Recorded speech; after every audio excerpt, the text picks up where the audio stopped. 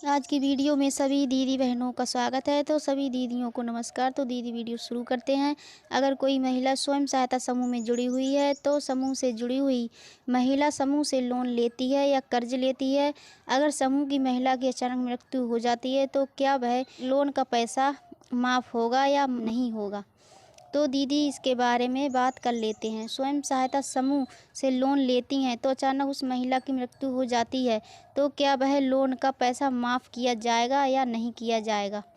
यदि लोन माफ़ नहीं होगा तो उस लोन के पैसे की भरपाई कौन करेगा। यदि उस दीदी की अचानक मृत्यु हो जाती है तो क्या उस दीदी को स्वयं सहायता समूह से बेनिफिट या लाभ मिलेगा। तो आज वीडियो आप सभी के लिए बहुत ही महत्वपूर्ण होने वाली है। इस वीडियो के माध्यम से संपूर्ण जानकारी बताएंगे। तो देखिए वीडियो शुरू करते हैं। यदि अचानक सपोज डेथ उस दीदी की मृत्यु हो जाती है तो उस दीदी का जो भी पैसा होगा वह पैसा माफ़ नहीं होगा, उस पैसे को जमा करना होगा। तो सवाल ये उठता है कि जो दीदी समूह से पैसा ले लेती हैं तो उस दीदी की अचानक मृत्यु हो जाती है तो उस पैसे की भरपाई उस दीदी के घर परिवार वाले करेंगे।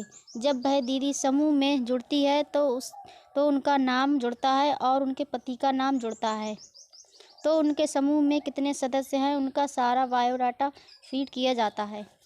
तो समूह में जिनका नॉमिनेशन दीदी द्वारा किया जाता है, यदि वह दीदी अपने पति का नॉमिनेशन करती है तो उस पैसे की भरपाई पति द्वारा की जाएगी। यदि उनके अलावा उनके घर में बेटा बेटी हैं तो उस पैसे की भरपाई घर परिवार वालों के द्वारा की जाएगी। पैसा माफ़ नहीं होगा।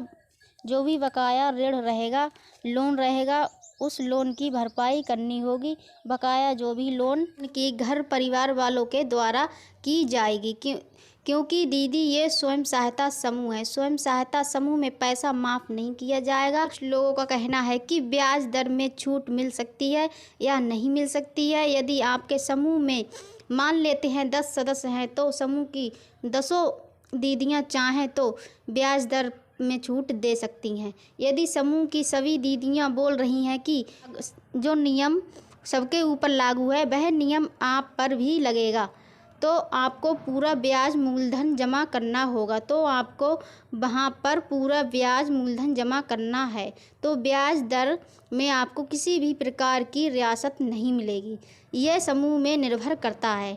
आपको ब्याज दर में कुछ छूट मिल सकती है अगर आपके समूह के सदस्य चाहेंगे तो ही मिलेगी।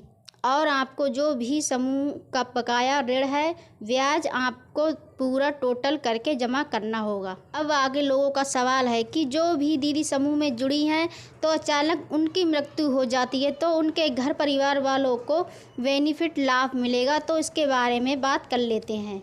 जब दीदी की मृत्यु हो जाती है तो वहाँ समूह द्वारा देखा जाएगा उस दीदी ने समूह से कितना कर्ज लिया है, लोन लिया है। यदि दीदी ने कर्ज लिया है तो वहाँ पर देखा जाएगा कितना मूलधन ब्याज है। तो उस पैसे की भरपाई दीदी के घर परिवार वालों को करनी होगी। उसके बाद समूह में हिसाब किया जाएगा कि अब तक दीदी ने कितने रुपए की बचत की है। अगर 10 रुपए की बचत की है तो उस हिसाब से लिया जाएगा। 10 रुपए की बचत दीदी के घर परिवार वालों को दी जाएगी। उसके बाद ये टोटल किया जाएगा कि अब तक स्वयं सहायता समूह में कुल कितने ब्याज इनकम हुई है।